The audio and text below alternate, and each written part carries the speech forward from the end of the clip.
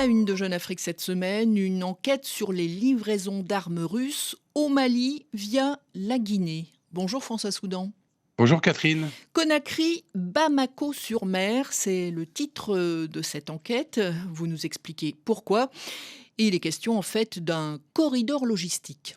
Oui, nos journalistes Matteo Maillard, Fatou Diallo, Diawo Bari ont retracé l'itinéraire d'au moins 5 cargos rouliers russes depuis les ports de Mourmansk et de Kaliningrad jusqu'à celui de Conakry en 2025 et cette année en 2026, avec à leur bord des chars de combat, des avions en pièces détachées, des missiles, de l'artillerie, des camions militaires, des drones, des munitions, etc. Alors même si la Guinée a une coopération militaire avec la Russie, ce matériel ne lui était pas destiné, puisqu'il n'a fait que transiter sur son sol avant d'être acheminé vers le Mali, où il a été réceptionné par l'Africa Corps, le corps expéditionnaire russe. Le déchargement se fait rapidement, discrètement, parfois de nuit, dans un périmètre sécurisé du port de Conakry, qui jouxte le terminal bauxite où opère une filiale du géant russe des minerais Rusal, ce qui évidemment facilite les choses.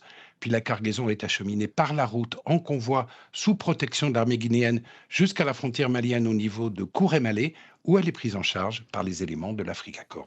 Et précision importante, François Soudan, Conakry n'est pas le seul port à jouer le rôle de plateforme de transit pour les Russes de l'Africa Corps.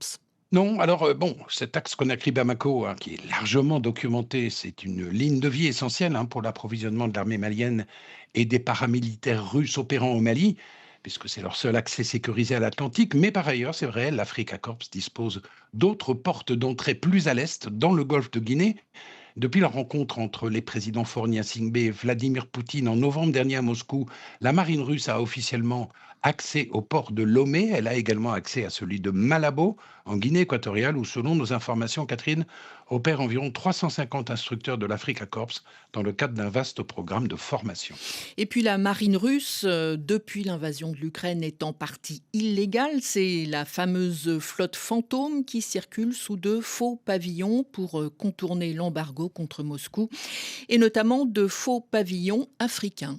Alors, selon le dernier décompte, c'était en avril, environ 630 navires sillonnent les océans avec à leur bord du pétrole ou du gaz russe placé, on le sait, sous embargo des pays du G7. Alors, cette flotte fantôme a recours d'abord à des pavillons dits de complaisance, dont un bon nombre sont africains. Libéria, Guinée équatoriale, Togo, Gabon, Sierra Leone, Comores, Cameroun, Tanzanie, etc.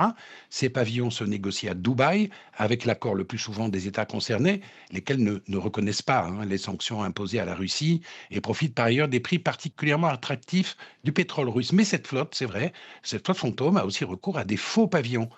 Alertés par l'arraisonnement, c'était en septembre dernier, au large des côtes françaises d'un pétrolier russe dont le port d'attache affiché était Cotonou, les autorités béninoises ont ainsi découvert que pas moins de 33 pétroliers naviguaient sous pavillon du Bénin avec des faux documents estampillés République du Bénin, des faux établis à Cotonou et à Dubaï. L'enquête est en cours, Catherine. Merci François Soudan. Cette enquête donc sur les livraisons d'armes au Mali et sur les faux pavillons africains est à retrouver sur jeuneafrique.com.